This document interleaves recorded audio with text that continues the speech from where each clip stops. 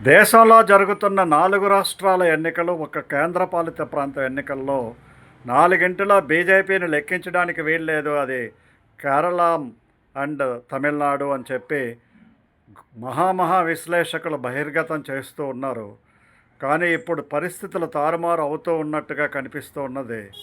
కేరళలో UDF, LDF మధ్య పోటీ చాలా తీవ్రంగా ఉంది. నెక్ టు నెక్ ఉన్నది. ఎవరు గెలుస్తారో ఎవరు ఊహించలేరు అనేటువంటి పరిస్థితులు ఏర్పడిన సమయంలో భారతీయ జనతా పార్టీ, అకౌంట్ లేనటువంటి భారతీయ జనతా పార్టీ ఇప్పుడు కీలక దశకు చేరిందా?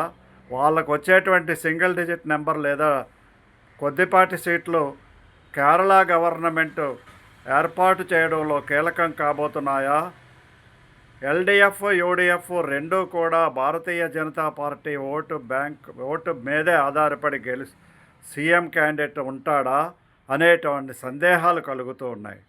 అయితే ఖచ్చితంగా మనం చెప్పొచ్చు, భారతీయ జనతా పార్టీ లెఫ్ట్కి ఎట్టి పరిస్థితుల్లోనూ కూడా సపోర్ట్ చేయదు. ఎందుచేతనంటే భారతీయ జనతా పార్టీ వేలాది మంది కార్యకర్తలను ఆర్ఎస్ఎస్, ఏబీవీపీ, భారతీయ జనతా పార్టీ, విశ్వ హిందూ పరిషత్ ఇత్యాది, బజరంగ్ దళ్ ఇత్యాది అనేక రకాలైనటువంటి allied organisations, RSS allied organisations ఏవైతే ఉన్నాయో వాళ్ళ కార్యకర్తలను స్లాటర్ చేసినటువంటి పార్టీ సిపిఎం. కాబట్టి ఎట్టి పరిస్థితుల్లోనూ కూడా అవకాశం లేదు. మరి కాంగ్రెస్తో కలుస్తుందా అంటే, కాంగ్రెస్ ముక్త భారత్ అని మొట్టమొదటి నుంచి నినాదం ఇచ్చినటువంటి భాజపా ఎట్టి పరిస్థితుల్లోనూ కాంగ్రెస్తోనూ కలవదు. మరి ఏంటి ఏర్పడబోతున్నది? నిస్సందేహంగా చెప్పొచ్చు, ఒకవేళ భారతీయ జనతా పార్టీ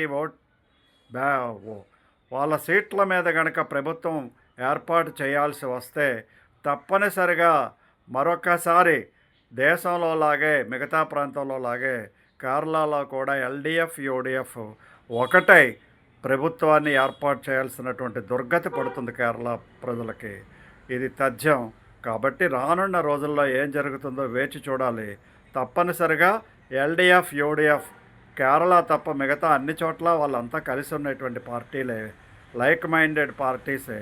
కాబట్టి రానున్న రోజుల్లో కూడా భారతీయ జనతా పార్టీ మెయిన్ అపోజిషన్గా తయారయ్యి ఎల్డీఎఫ్, యూడీఎఫ్ ఒకటిగా రూపాంతరం చెందేటువంటి పరిస్థితి 2026 ఎలక్షన్స్ దిక్చూసిగా నిలబడతాయి అనే విషయాన్ని సిటిజన్స్ ఫోరం డంకాపదంగా చెబుతున్న. జై హింద్, జై భారత్.